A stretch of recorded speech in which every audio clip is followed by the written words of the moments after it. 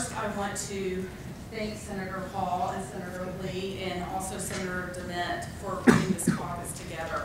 I think it's a testament to the power of the Tea Party movement. And we've worked hard, tirelessly the past 2 years to bring conservative friends here to support Jim DeMint in turning this country back around. So thank you all for working with us, and thank you, senators, for doing this. You know, I'm very humbled to be here and honored to be here because I am just a mom. I am no one special. I have no political ambitions. 2 years ago, I was simply concerned about the direction of my country. I started blogging. I decided to get engaged because I was tired of yelling at my TV and my radio. My dogs and my family were tired of listening to it. And so I got off my couch and decided to do something about it. And other Americans came together in February of 2009. The day after Rick Santelli had his rant, there were 22 of us. And we planned for tea parties across the country 1 week later. And we defined our success with 10 tea parties across the country, 50 to 100 people in attendance at each tea party. Of course, we had no media attention. 7 days later, we had 53 tea parties with approximately 30,000 people in attendance. And we knew that there was a movement going on, that anger was brewing, and people were engaging. And so we started working on Tax Day Tea Party in April.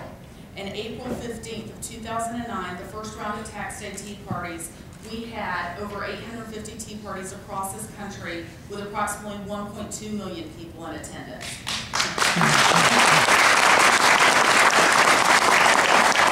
The greatest thing about April 15th, 2009 is you realized you were not alone. That was the most important thing that came out of that day. And then we all continued to work, and the momentum was building, and the movement was growing. And on September 12th, with the help of Freedom Works and some other people, some other organizations, we had the biggest conservative gathering here in the history of our country, with approximately 1.5 million people here for the March on DC in September of that year. And that was a great event. And so it's obvious that the movement's growing and people are engaging, but what really changed things was healthcare. Healthcare changed the dynamics of this movement. It galvanized this movement because healthcare is personal. Healthcare touches every single person out there. Not everyone is a doctor, but everyone is a patient. And people don't want the government involved in decisions that should be made between them and their doctors. And that is what galvanized this movement. And in March of last year, the Senate had voted on the healthcare legislation at Christmas of 2009. And then in March of last year, we knew that the House was going to be voting on this legislation. And we knew that Nancy Pelosi and friends would do anything to push this legislation through at all costs. They would violate the process, they would do whatever. So again, we wanted to bring Americans back to the Capitol to protest what was going on in our House, the House of Representatives.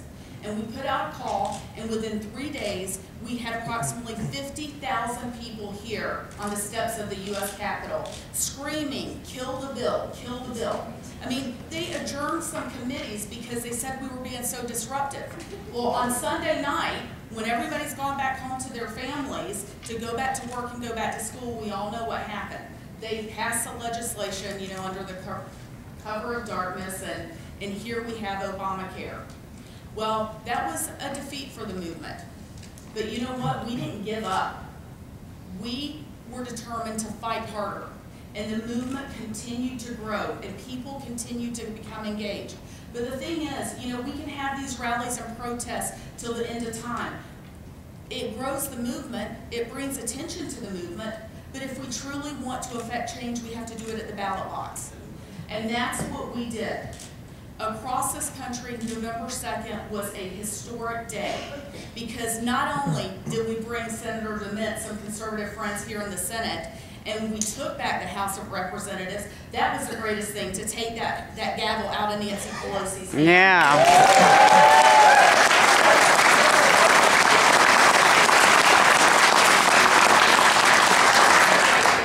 And to take back all the state legislatures across this country too, the state houses from coast to coast. It was a historic day.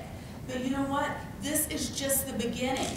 We are not giving up. We are not backing down. This movement is in its infancy. And so to be asked to come here today, it is very humbling because, you know, I am representative of the people out there in this movement, the moms, the dads, the grandparents, the aunts and uncles, and I'm concerned for my children, my grandchildren, just as other people are. And so, you know, I wanted to know how could I bring the voice of the people to this caucus today. And so I did what we do in true Tea Party style. I went to Facebook. And I posted on my Facebook wall that I would be speaking here, and what did the people want me to say? What were their messages? And I'm just going to read a few of those messages now. Ray March from Florida, who's actually one of the Tea Party Express bus drivers, said, "Tell them to attack the ridiculous, unreasonable regulations that are killing jobs." Anastasia Przybylski from Philadelphia said, "Let them know that we want them to represent the people, not their party." Bonnie Wood from Delaware said, "Manufacturing must come back to America. Stop the lobbyists as Obama promised, and if jobs are truly wanted, then the unions must make concessions." Caroline Adams from New Jersey, "Express the courage of conservative convictions. Do not worry about re-election or your pensions. Truly be a public servant by spending our hard-earned money as if it's your own." Rob and Julie from San Antonio, "The time for petty half measures is long past. Cut spending now." Cindy Shavian from California, "What does the Department of Education actually do for us?"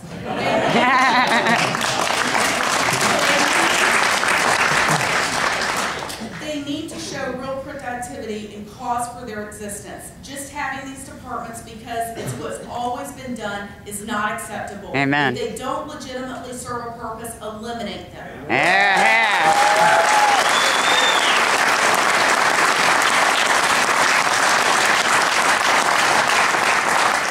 So this movement is engaged. They're educating, they're researching, they're learning about all these things and how all this stuff has worked for a long time, and they are saying no more. You know, this movement is about fiscal responsibility, constitutionally limited government, and free markets.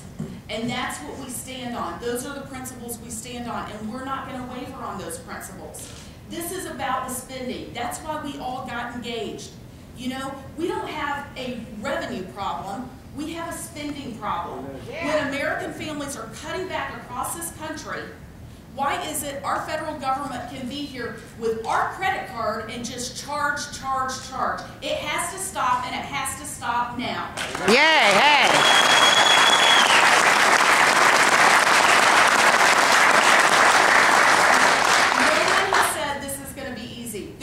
Decisions that have to be made, and that's why these conservative senators have been sent here by us to make these tough decisions. And you know what I say to Senator Clement? We stand with you. Let's have a showdown on the debt ceiling. Yes. So these are only a few suggestions and comments that I received, but it's enough to paint the picture of what is on Americans' families' minds across this country. Each of these senators have been supported and elected by the Tea Party activists because of their principles and values of fiscal responsibility, constitutionally limited government, and free markets. We ask that they stand on those principles with us and not waver, even when it might seem that it's the easiest thing to do.